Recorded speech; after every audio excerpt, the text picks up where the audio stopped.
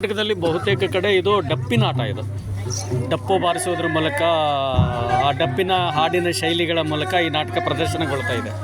ಇಲ್ಲಿ ಮಾತ್ರ ವಿಶೇಷವಾಗಿ ಇದು ಮದ್ದಳೆಯಲ್ಲೇ ಆಗ್ತಿದೆ. ಕಾರಣ ಏನು ಅಂತ?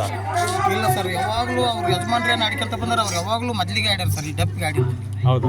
ನಾವು 24 ವರ್ಷದಿಂದ ನೋಡಿವಿ. ಅದಕ್ಕಂತೂ 88 ಇಸ್ವಾಗ ಇಲ್ಲಿ ಅದಕ್ಕಂತೂ ಮುಂಚೆಗೆ ಸರ್ 88 ಇಸ್ವಾಗ ಒಂದು ಫೋಟೋ ಸರ್. ಅವಾಗ 88 ಇಸ್ವಾಗ ಈಗ ಮುಮ್ಮೇಳ ಆಡ್ತಾರೆ ಸರ್.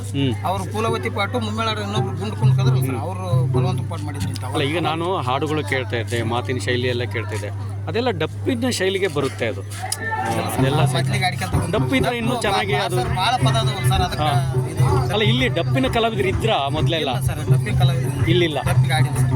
ಹಾಂ, ಮತ್ತೆ ತಾಲೀಮ್ ಮಾಡಕ್ರೆ ಡಪ್ಪಿಗೆ ತಾಲೀಮ್ ಮಾಡ್ತೀವಿ ಸರ್.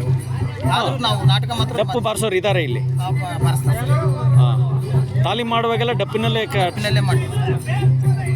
ಒಂದು ಹಂಗೆ ಡಪ್ಪಿನ ಜೊತೆಗೆ ಪ್ರಯೋಗ ಮಾಡ್ಬೋದಲ್ಲ ಅಂತ ಒಂದು. ಇಲ್ಲ ಸರ್, ಈ ಮೊದಲೇ ಕಲಿಸಿರಲ್ಲ. ಮತ್ತೆ ಅವ್ರ ಪದ ಹೇಳೋರು ಬೇಕಲ್ಲ ಸರ್, ಡಪ್ಪಿಗೆ ಆಡಿದ್ರು ಅವರೊಬ್ಬರು ಬಾರಿಸೋದು. ಹಾಂ ಹಾಂ, ಆ ಡಪ್ಪಿನ ಪದ ಹಾಡೋರು ನಿಮ್ಮೂರಲ್ಲಿ ಇದ್ದಾರೆ?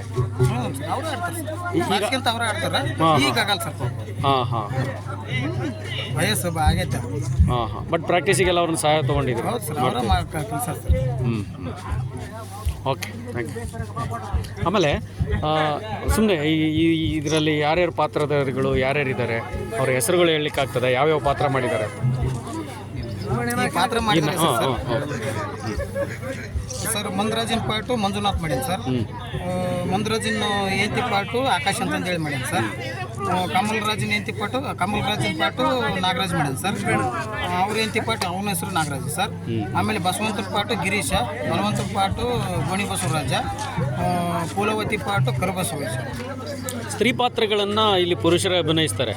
ಹೌದು ಸರ್, ಜಾಸ್ತಿ ಸ್ತ್ರೀಯರು ಇಲ್ಲಿ ಕಲಾವಿದರು ಸಿಗಲ್ಲ ಅಂತನಾ ಅಥವಾ ಹೇಗೆ ಇದು? ಇಲ್ಲ ಸರ್, ಇದು ಯಾವಾಗಲೂ ಪುರುಷರ ಮಾಡ್ಕೊಂತ ಬಂದ್ರೆ ಸರ್. ನಾವು ಆ ನಾಟಕದ ನಾವು ತಾರಾವತಿ ಪಾಠ ಮಾಡೀನಿ, ಪೂಲವತಿ ಪಾಠ ಮಾಡೀನಿ ಸರ್, ಬಲವಂತ ಪಾಠ ಮಾಡೀನಿ ಸರ್ ಆ ನಾಟಕ.